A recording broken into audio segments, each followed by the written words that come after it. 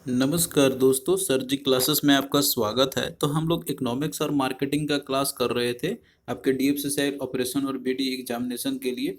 और देखिए, अभी तक जितने भी लेक्चर्स हमने कवर किया हुआ इकोनॉमिक्स और मार्केटिंग का, तो इसका हमने अलग से प्लेलिस्ट बना दिया है।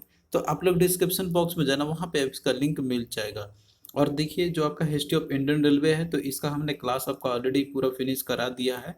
और साथ में इसका एक पूरा कंप्लीट पीडीएफ नोट्स भी आपको ऑलरेडी प्रोवाइड कर दिया है, हिस्ट्री ऑफ इंडियन रेलवे और डीएफसीसीआई का। तो इसमें जो आपको थ्योरी और साथ में प्रीवियस ईयर क्वेश्चन आपको इसमें मिल जाएंगे सारे के सारे। तो आप लोग जो इसको बाई कर सकते हो, लिंक इसका डिस्क्रिप्शन बॉक्स में आपको मिल जाएगा। इसमें हमने पूरा कंप्लीट जो है, जितने भी इंपॉर्टेंट है आपको वो सारा टॉपिक्स कवर किए हुए हैं। और देखिए, डीएफसीसीआई का जो है, यहाँ पे हमने एक कोर्स भी लॉन्च किया हुआ है, और इसमें इंग्लिश भी आपको मिल जाएगा और जीके तो आपका रहेगा ही इसमें। एक कम्प्रिहेंसिव पैकेज है आपका इन आपके सारे एग्जामिनेशन के लिए। इसमें आपको जो है टॉपिक वाइज लेक्चर्स मिलेगा, और पीडीएफ भी आपको सारे सब्जेक्ट के मिल जाएंगे, जीके के जितने भी आपके अभी आएंगे और आने वाले जो रहेंगे आपके सीआरएम का और मार्केटिंग का भी इसी के साथ में आपको प्रोवाइड कर देंगे। और इसमें देखिए, जो आपका रहेगा इंग्लिश का टेस्ट भी मिल जाएगा। तो आपको केवल ये ओनली 199 रुपीज़ में ही आपका ये अवेलेबल है कोर्स। इसके लिए आप लोग ऐप हमारा डाउनलोड कर लेना, सर जी क्लासेस के नाम से है। इसका लिंक हम आपको डिस्क्रिप्शन बॉक्स में प्रोवाइड कर देंगे। तो देखिए, आप लोग जब ऐप को डाउनलोड करोगे और रजिस्टर करोगे, तो इसके बाद आपको स्टोर सेक्शन में जाना है, और यहाँ पे आपको कोर्स दिख जाएगा। और बाई करने के बाद जो है आपको कंटेंट में जाना है, यहाँ पे आपको अपना लेक्चर्स और पीडीएफ आप लोग यहाँ पे देख सकते हो सारे का सारा चीज़। तो जो लोग भी एक कम्प्रिहेंसिव वे में दोनों सब्जेक्ट का तैयारी करना चाहते हैं, और खासकर जीके का पूरा कंप्लीट इसमें आपको हम कराएंगे यहाँ पे। और इसके साथ में पीडीएफ भी आपको मिलेगा, और ये भी आपका जो है एड्स फ्री रहेगा आपको। तो जो लोग भी करना चाहते हैं, तो लिंक इसका डिस्क्रिप्शन बॉक्स में दिया हुआ है ऐप का। तो पिछले क्लास में देखिए, हमने जो है बैंकिंग के बारे में बताया था आपको, बैंकिंग स्टार्ट हमने किया था, और साथ में आरबीआई के फंक्शंस के बारे में हमने बताया था। तो देखिए, जो आज का क्लास है, इसमें हम लोग देखेंगे जो डिफरेंट जो बैंकिंग सिस्टम है इंडिया के अंदर में। तो वो सारा कुछ हम लोग देखेंगे यहाँ पे। तो देखिए, जो बैंक है इंडिया के अंदर में, तो उसमें जो सबसे जो टॉप बैंक है, जिसे हम लोग अपेक्स बैंक बुलाते हैं, तो वो है आपका आरबीआई। तो आरबीआई जो है, तो ये जैसे कंट्री का ये एक सेंट्रल बैंक भी आपका है ये। और इसके अंदर में जितने भी बैंक्स होते हैं, मतलब जो भी बैंक्स है और अदर बैंक है, तो वो जो है सारा का सारा ऑपरेट करते हैं आरबीआई के रेगुलेशन के, आरबीआई के जो भी इनके जो फंक्शन या रेगुलेशंस होते हैं, उसी के बेसिस पे ये फॉलो करते हैं। तो देखिए, जितने भी बैंक्स आपके होते हैं इंडिया के अंदर में आपके, तो वो जो है इनको दो कैटेगरी में बांटा गया हुआ है। एक आपका होता है शेड्यूल बैंक, दूसरे होते हैं आपके अनशेड्यूल बैंक। तो देखिए, जो शेड्यूल बैंक कौन सा है, कि वो सारे ये बैंक होंगे कि जो आरबीआई को जो सेकंड शेड्यूल जो मेंशन किए गए हैं, तो उसके अंदर में इनका लिस्ट सभी का दिया हुआ है। तो अधिकतर जो है वो शेड्यूल बैंक ही होते हैं यहाँ पे। तो इस तरीके से जो शेड्यूल बैंक आपके हैं, तो इनको भी फर्दर और अलग कैटेगरी में इनको डिवीजन किया गया हुआ है। तो इसमें आपका पहला है कॉमर्शियल बैंक, दूसरा आपका है कोऑपरेटिव बैंक। तो देखिए, जो कॉमर्शियल बैंक आपके हैं, जो शेड्यूल बैंक के अंदर में आते हैं आपके, तो मेनली कॉमर्स कॉमर्स का मतलब रहता है यहाँ पे कि इनको जो है अपना मेनली रहता है कि प्रॉफिट कमाना यहाँ पे। तो ये उसके लिए आते हैं, और साथ में कॉमर्स के लिए यानी कि एक्टिविटीज़ के लिए, इकोनॉमिक एक्टिविटीज़ के लिए ये जो है बैंक ऑपरेट करते हैं। और दूसरा आपका कोऑपरेटिव है। तो कोऑपरेटिव जैसे कि कोई सोसाइटी होती है, वो अपना जो बैंक बनाते हैं अपना, तो वो जो है अपने एक वेलफेयर के लिए ये करते हैं एक्चुअली में। तो ये दोनों में हल्का सा डिफरेंस है, लेकिन ये जो है रेगुलेट होते हैं आरबीआई के द्वारा ही सारे के सारे बैंक। अब यहाँ पे देखिए, जो कमर्शियल बैंक आपके हैं, तो इसके अंदर में बहुत सारे कैटेगरी के बैंक होते हैं। जैसे कुछ पब्लिक सेक्टर बैंक आपके होते हैं। पब्लिक सेक्टर बैंक देखिए, वो सारे बैंक होते हैं जिनमें गवर्नमेंट का जो स्टेक है वो मैक्सिमम होती है, यानी कि 51% या उससे अब जो होती है स्टेक अगर रहेगी, तो वो गवर्नमेंट की बैंक होती है। तो ये सारे लिस्ट जो है पब्लिक सेक्टर के अंदर में आ जाएंगे। तो इसके अंदर में आपके वो सारे बैंक आ जाएंगे, जैसे एसबीआई, और साथ में जो एसोसिएट बैंकिंग जो पहले थे इसके। और इसके साथ में जो अदर जो नेशनलाइज बैंक आपके हैं, जैसे कि आपका पीएनबी बैंक हो गया, इसके अलावा और भी बहुत सारे बैंक आपके हैं। तो ये सारे के सारे जो है आपके पब्लिक सेक्टर बैंक के अंदर में आते हैं। और वहीं पे दूसरा आपका प्राइवेट सेक्टर बैंक है। तो प्राइवेट सेक्टर बैंक में वो सारे बैंक होंगे कि जिसमें कि गवर्नमेंट को छोड़ के बाकी जो प्राइवेट ओनर होंगे उनका ज़्यादा स्टेक होगा। तो इसमें जो एग्जांपल की बात करें, तो आईसीआईसीआई बैंक आपका हो गया, एक्सिस बैंक हो गया आपका, तो ये प्राइवेट सेक्टर बैंक के अंदर में आपके आते हैं। और इसके साथ साथ में कुछ फॉरेन सेक्टर के भी बैंक होते हैं। तो आपने नाम सुना भी होगा इन सभी बैंकों का, जो कि ये फॉरेन के बैंक होते हैं, लेकिन ये जो है आरबीआई के गाइडलाइंस के अकॉर्डिंग ऑपरेट करते हैं यहाँ पे। तो इसमें आपका बैंक एग्जांपल की बात करें, तो आप लोग ये नाम याद कर लेना यहीं पे इसका। इमिरेट्स बैंक आपका हो गया, एनबीडी, इसके अलावा बार्कलेज बैंक आपका हो गया, स्टैंडर्ड चार्टर बैंक आपका हो गया, बैंक ऑफ अमेरिका हो गया, और सिटी बैंक आपका हो गया। और इसके साथ में कुछ रीजनल रूरल बैंक भी आपके होते हैं, जैसे आरआरबी आपके हैं। तो इसमें आपका जैसे बहुत सारे स्टेट में अपना अपना बैंक होता है इनका, जैसे कर्नाटका ग्रामीण बैंक हो गया, कर्नाटका विकास ग्रामीण बैंक हो गया, केरल ग्रामीण बैंक हो गया। तो इस तरीके से जितने भी स्टेट्स हैं इंडिया के अंदर में, कुछ स्टेट को छोड़ के सभी में जो है वहाँ पे ग्रामीण बैंक खोली गई है। तो ये जो है आरआरबीज हैं आपके, रीजनल रूरल बैंक है, यानी कि ये जो है ऐसे रूरल एरियाज है तो वहाँ पे ये ऑपरेट करते हैं। तो यहाँ पे जो है पूरा लिस्ट आपका दिया हुआ है, मतलब किस तरीके से बैंकों को जो है कैटेगराइज किया गया है यहाँ पे। तो यहाँ पे जो है हम लोग थोड़ा सा देखते हैं डिटेल में इन सभी चीज़ों के बारे में। तो हमने आपको बताया था कि जैसे शेड्यूल बैंक और नॉन शेड्यूल बैंक ये क्या होते हैं। तो देखिए जो शेड्यूल बैंक वो सारे बैंक होता है यहाँ पे, जैसे कोई भी बैंक हो वो सेकेंड शेड्यूल जो आरबीआई का दिया हुआ है, आरबीआई जो पास किया गया था 1934 में, तो उसके अंदर में सेकेंड शेड्यूल में जैसे कोई भी बैंक है लिस्टेड है वहाँ पे, तो वो सारे के सारे शेड्यूल बैंक के अंदर में आते हैं आपके। तो इस लिस्ट में जो है आपका जितने भी स्टेट बैंक ऑफ इंडिया आपका है और साथ में इसके जो सब्सिडरीज जो बैंक है, जैसे कि आपका स्टेट बैंक ऑफ ट्रेवंकोर आपका हो गया, इस तरीके से और भी हैं, तो ये सारे के सारे आते हैं इसके अंदर में। और इसके साथ में और भी नेशनलाइज बैंक हो गया आपका, जैसे कि आपका बैंक ऑफ बड़ौदा हो गया, बैंक ऑफ इंडिया आपका हो गया। और इसके साथ में जो भी प्राइवेट सेक्टर बैंक है और साथ में जो फॉरेन बैंक्स आपके हो गए, रीजनल बैंक हो गए और कुछ कोऑपरेटिव बैंक्स आपके हो गए, तो ये सारे के सारे जो है आपके आते हैं इसके अंदर में। और नॉन शेड्यूल जो बैंक्स क्या होता है यहाँ पे, तो ये देखिए ऐसे बैंक होता है यहाँ पर आपके कि जो कि लिस्ट नहीं किए गए हैं second schedule of RBI act जो पास किया गया था 1934 का। तो ये देखिए जो बैंक्स होते हैं आपके नॉन शेड्यूल बैंक, तो इनके पास जो रिजर्व कैपिटल होती है तो इनका 5 लाख से कम होती है, यानी कि 5 लाख से जिनका भी कम होगा तो वो जो है नॉन शेड्यूल बैंक के अंदर में आते हैं। और ये जो है क्वालिफाई नहीं कर पाते एक्चुअली में कि वो जो है शेड्यूल बैंक बन जाए। और ये देखिए नॉर्मल बैंकिंग पर्पसेस के लिए ही ये जो है पूरे तरीके से वो काम नहीं करते हैं एक्चुअली में, बस ये स्पेशल कुछ काम होते हैं उसके लिए। जैसे कि एक एग्जांपल आपका हो गया अमरनाथ कोऑपरेटिव बैंक आपका हो गया, तो ये जो एग्जांपल आपका एक नॉन शेड्यूल कमर्शियल बैंक का।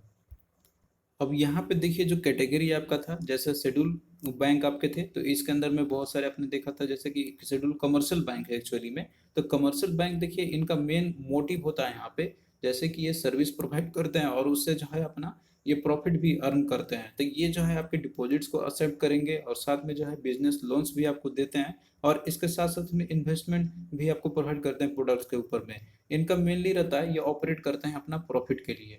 तो जितने भी बैंक्स आपके हैं जो कमर्शियल बैंक के अंदर में आपके आते हैं, जिसमें कि पब्लिक सेक्टर बैंक आपका हो गया, तो देखिए पब्लिक सेक्टर बैंक हम लोग उनको बोलते हैं कि जिसमें कि गवर्नमेंट का जो स्टैक है वो मैक्सिमम है, यानी कि मेजोरिटी होती है, यानी कि 51 या मोर देन 50% आप बोल सकते हैं इसको यहाँ पे।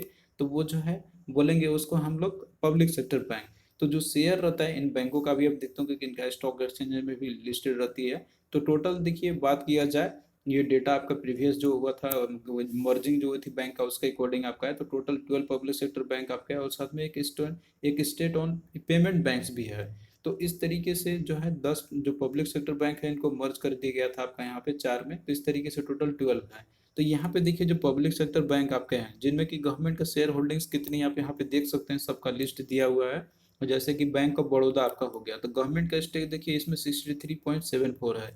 इसके बाद दूसरा आपका बैंक ऑफ इंडिया आपका हो गया, बैंक ऑफ महाराष्ट्र हो गया, सेंट्रल बैंक ऑफ इंडिया आपका हो गया, इंडियन ओवरसीज बैंक हो गया, पंजाब एंड सिंध बैंक आपका हो गया यहाँ पे।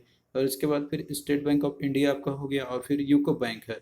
तो ये जो है आपके जो भी बैंक है पब्लिक सेक्टर वो तो लिस्ट में आपका दिया हुआ है। और इसके बाद देखिए कुछ और बैंक है जो कि मर्ज कर दिए जाएंगे यहाँ पे, जैसे कि आपका ये ऑलरेडी हो चुका है, आपका ऑपरेशनल में आ चुके हैं ये। जैसे कि आपका कैनरा बैंक है तो ये जो है सिंडिकेट बैंक के साथ ये मर्ज हो गया है इसका ये। और इंडियन बैंक है तो देखिए इंडियन बैंक ये इलाहाबाद बैंक के साथ जो है मर्ज हुआ है। तो इसका मतलब है कि जो अब इलाहाबाद बैंक आपका था तो ये इंडियन बैंक अब नाम से जाना जाएगा। फिर इसके बाद देखिए जो पंजाब नेशनल बैंक के साथ जो मर्ज हुए हैं बैंक आपके, तो इसमें आपका ओरिएंटल बैंक ऑफ कॉमर्स है और यूनाइटेड बैंक ऑफ इंडिया है। तो आप लोग ये भी डेटा याद कर लेना है यहाँ पे कि पंजाब नेशनल बैंक के साथ कौन कौन से बैंक मर्ज हुए हैं, तो वो आपका ओरिएंटल बैंक ऑफ कॉमर्स और यूनाइटेड बैंक ऑफ इंडिया। इस तरीके से एक और आपका यूनियन बैंक ऑफ इंडिया, तो इसके साथ में आंध्रा बैंक आपका हो गया। और इसके बाद आपका है कॉर्पोरेशन बैंक है, तो ये दोनों बैंक जो है मर्ज हुए हैं यूनियन बैंक ऑफ इंडिया के साथ में। तो ये पूछा जाता है क्वेश्चन, आप लोग इसको याद कर लेना। और इसके साथ में एक स्टेट ऑन पेमेंट्स बैंक भी है, जैसे कि नाम इसका इंडिया पोस्ट पेमेंट बैंक आपका है। तो इसमें देखिए गवर्नमेंट का जो स्टेक है वो है 100% है। तो यहाँ पे देखिए जो इंडिया पोस्ट पेमेंट बैंक आपका है, तो ये जो है 100% गवर्नमेंट का ऑन है इसके अंदर में। और ये जो बैंक है ये न्यू है, तो ये इसके बारे में आपको थोड़ा सा जानना जरूरी है यहाँ पे। तो देखिए इसका मेन जो पर्पस था, मतलब कि ये जो बैंक जो क्रिएट किए गए थे पेमेंट बैंक आपका, तो ये जितने भी पोस्ट ऑफिसेस हैं, वो चाहे कहीं भी हो, गांव में हो या फिर शहर, कहीं में भी हो, तो सभी को जो है एक बैंकिंग फैसिलिटी प्रोवाइड वो कर सके। जितने भी गांव को है, चाहे कोई भी हो, तो उनको एक जो है एक बैंकिंग का फैसिलिटी प्रोवाइड किया जा सके। तो ये उसके लिए इन्होंने ये स्टार्ट किया हुआ था। तो इसमें देखिए मेनली जो भी पोस्टमैन या फिर जो भी ग्रामीण डाक सेवा जो होते हैं यहाँ पे, तो वो जो है अपना बैंकिंग सर्विस देते हैं होम टू होम जाके। तो सर्विसेज क्या क्या प्रोवाइड करते हैं, जैसे इंडिया पोस्ट पेमेंट बैंक यदि हम बात करते हैं तो देखिए जैसे बैंक जो आपके लिए सेविंग अकाउंट खोलते हैं, तो ये भी यहाँ पे खोला जा सकता है। आपका यहाँ पे मनी ट्रांसफर की फैसिलिटी रहेगा, इंश्योरेंस भी यहाँ पे दिया जा सकता है आपका यहाँ पे थर्ड पार्टी के द्वारा, और साथ में बिल और यूटिलिटी पेमेंट भी किया जा सकता है यहाँ पे। और जो अकाउंट रहेगा आपका यहाँ पे जो खोला जाएगा यहाँ पर आपका, तो ये जो है आपके सेविंग अकाउंट और साथ में जो करंट अकाउंट रहेगा आपका, तो इसमें जो केवल लिमिट होता है 1 लाख रुपीज तक का ही, यानी कि इससे ज़्यादा अमाउंट जो आप यहाँ पे डिपॉजिट नहीं कर सकते हैं। तो ये इसका एक लिमिटेशन है। हालांकि अब जो है इसको बढ़ा के भी कर दिया गया है यहाँ पर, तो आप लोग उसको लेटेस्ट डेटा इसका देख लेना है यहाँ पे।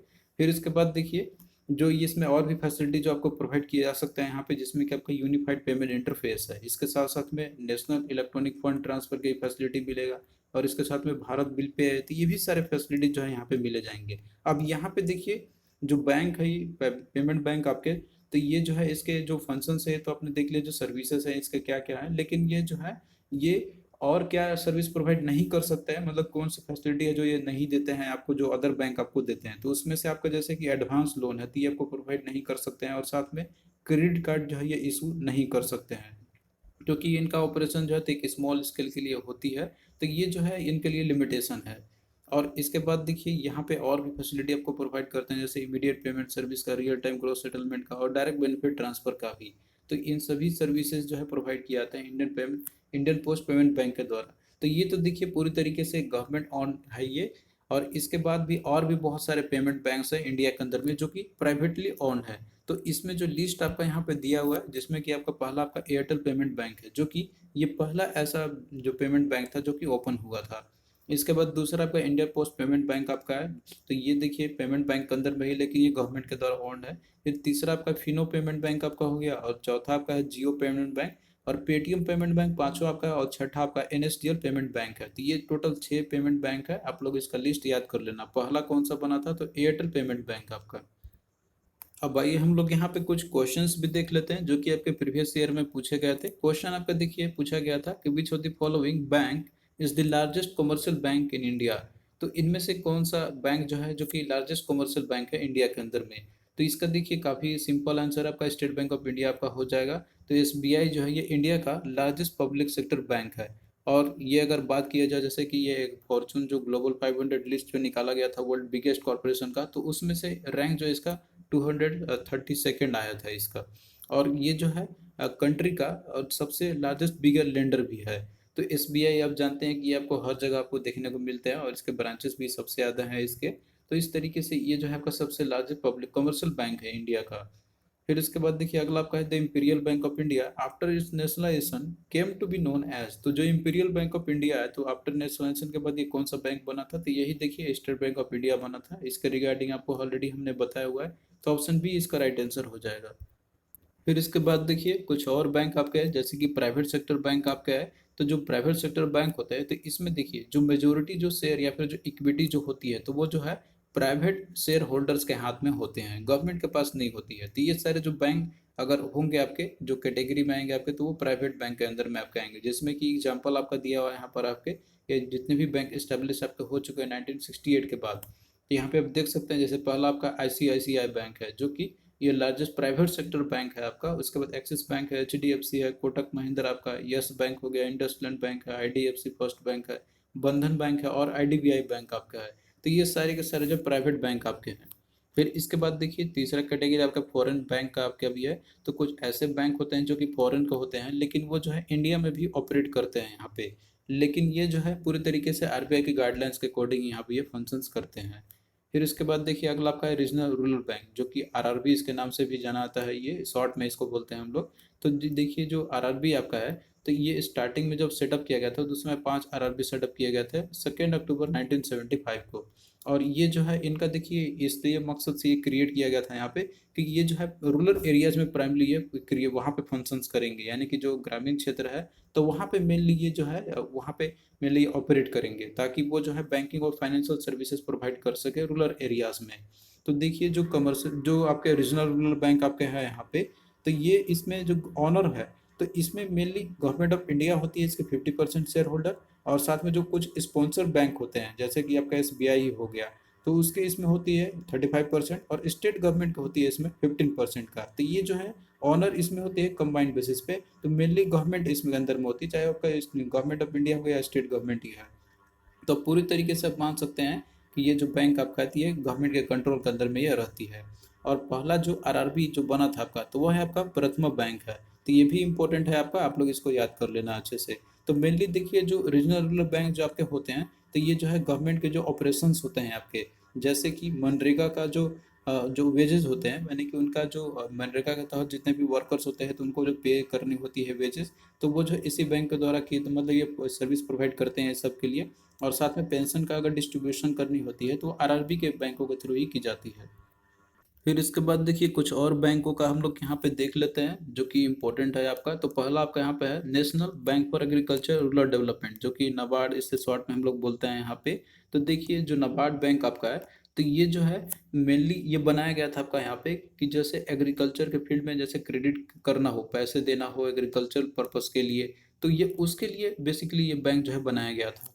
और जितने भी इकोनॉमिक एक्टिविटीज़ होते हैं रूरल एरियाज़ के अंदर में तो उन सभी के लिए जो है फाइनेंशियल जो ऑपरेशन से प्रोवाइड करने के लिए ये बैंक क्रिएट की गई थी। तो इसका देखिए फॉर्मेशन किया गया था आपका 1982 में किया गया था। तो ये ईयर याद ये आपको याद रखना इंपॉर्टेंट ये है केवल। तो देखिए जो नबार्ड बना था आपका जो इनिशियल कॉर्पस था इसका यहाँ पे वो 100 करोड़ रुपीज़ था, और गवर्नमेंट ऑफ इंडिया जो है इसके 100% शेयर होल्डिंग है। और इसके साथ साथ में जो एग्रीकल्चरल जो लोन्स दिए जाते हैं, साथ में जो फार्मर्स को जो एग्रीकल्चरल एक्टिविटीज़ के लिए जो भी जो दिया जाता है मनी जो अलॉट किया जाता है आपके, तो वो नाबार्ड के थ्रू ही की जाती है। फिर इसके बाद देखिए एक और बैंक आपका है मुद्रा बैंक है। तो ये जो है आपका शॉर्ट फॉर्म है, इसका फुल फॉर्म भी याद रख लेना आप लोग, micro units development and refinance agency. तो ये जो है मुद्रा का आपका क्या है, ये शॉर्ट फॉर्म आपका मतलब ये फुल फॉर्म इसका दिया हुआ है, तो ये भी आपसे कभी कभी पूछ लेते हैं। तो ये जो है आपका एक पब्लिक सेक्टर फाइनेंशियल इंस्टीट्यूशन है इंडिया का, और ये जो है लोन प्रोवाइड करती है एक लो रेट ऑफ इंटरेस्ट पे। तो जितने भी माइक्रो इंस्टीट्यूशंस होते हैं आपके, जैसे कि आपके MSMEs हो गए, यानी कि जो आपके रहते हैं छोटे बड़े जो उद्योग रहते हैं आपके, और साथ में जो मीडियम जो उद्योग रहते हैं आपके यहाँ पे, तो उनको ये लोन प्रोवाइड करते हैं। अब जैसे मान लीजिए कि आप भी कोई अगर स्टार्टअप करना चाहते हैं तो आप भी लोन यहाँ पे ले सकते हैं। और ये देखिए लॉन्च किया गया था इसका 1 अप्रैल 2015 को। और इसमें जो लोन दी जाती है तो इसको देखिए 3 कैटेगरी में डिवीजन किया गया हुआ है जो लोन ये बैंक मिलती है इसके थ्रू। तो इसमें आपका पहला कैटेगरी है शिशु, जो कि इसमें लोन आपको मिलेगा अप टू 50,000 रुपीज़ का। तीसरा आपका है किशोर, तो इसमें जो है लोन्स मिलता है आपका इसके तहत 5 लाख रुपया तक। और तरुण जो है आपका तो ये जो है आपका इसमें अप टू 10 लाख रुपीज़ तक लोन दी जाती है। तो ये कैटेगरी रखा गया हुआ है, 3 तरह के जो लोन आपको मिलता है इसमें, तो आप लोग जो है इसको याद कर लेना, ये भी आपसे पूछा जा सकता है। अब आइए यहाँ पे हम लोग कुछ इंपॉर्टेंट क्वेश्चंस भी कर लेते हैं एग्जाम पॉइंट ऑफ व्यू से। क्वेश्चन देखिए है कि which among the following is an apex institution in the sphere of agriculture credit in India. तो कौन सा अपेक्स इंस्टीट्यूशन है जो कि एग्रीकल्चर क्रेडिट करती है इंडिया में। तो इसका देखिए सिंपल से आंसर आपका नाबार्ड हो जाएगा यहाँ पे, option 1 is the right answer, national bank for agriculture rural development. फिर अगला देखिए क्वेश्चन आपका है कि विच committee recommended the setup of regional rural bank. तो रीजनल रूरल बैंक के लिए जो है कौन से कमेटी ने रिकमेंडेशन किया था सेटअप करने के लिए RRBs का। तो इसका देखिए राइट आंसर आपका नरसिम्हन कमेटी आपका हो जाएगा। इन्होंने ही जो है इनके ही जो हेड थे एक्चुअली में, तो इन्होंने एक रीजनल जो बैंक आपके है तो इसके सेटअप करने के लिए इन्होंने रिकमेंडेशन दिया था। तो ये इंपॉर्टेंट है आपका, आप लोग इसको भी याद कर लेना। तो थैंक यू दोस्तों, आपको कैसा लगा ये लेक्चर आप लोग कमेंट करके जरूर बताना। और देखिए इसी तरीके से जो है आपका क्लास ये चलता रहेगा। और देखिए जो आपका ये जो क्लास जो आपका चल रहा है यहाँ पे अभी आप कवर कर रहे हैं इकोनॉमिक्स का, और इसके बाद जो है मार्केटिंग का भी क्लास आपका जल्दी ही स्टार्ट कर देंगे जैसे ही आपका ये फिनिश होता है। तो आप लोग जो है बने रहना हमारे चैनल के साथ में, और आगे भी आपका जो है क्लास चलेगा तो वो अब थोड़ा सा और इसमें तेजी करेंगे हम लोग, ताकि जो है आपको जल्दी से इसका कवर करा दे, क्योंकि एग्जामिनेशन डेट जो आपका है तो वो अब उसकी जो मंथ जो इन्होंने दिया हुआ था वो आपका नज़दीक आ ही रहा है। तो आप लोग जो है अब अपना थोड़ा सा जो स्पीड है वो बढ़ा दीजिए तैयारी करने का, जिससे कि आपका जो है रिवीजन करने का भी टाइम आपको मिल जाए। तो चलिए दोस्तों, फिर मिलते हैं नेक्स्ट वीडियो में, तब तक के लिए बाय।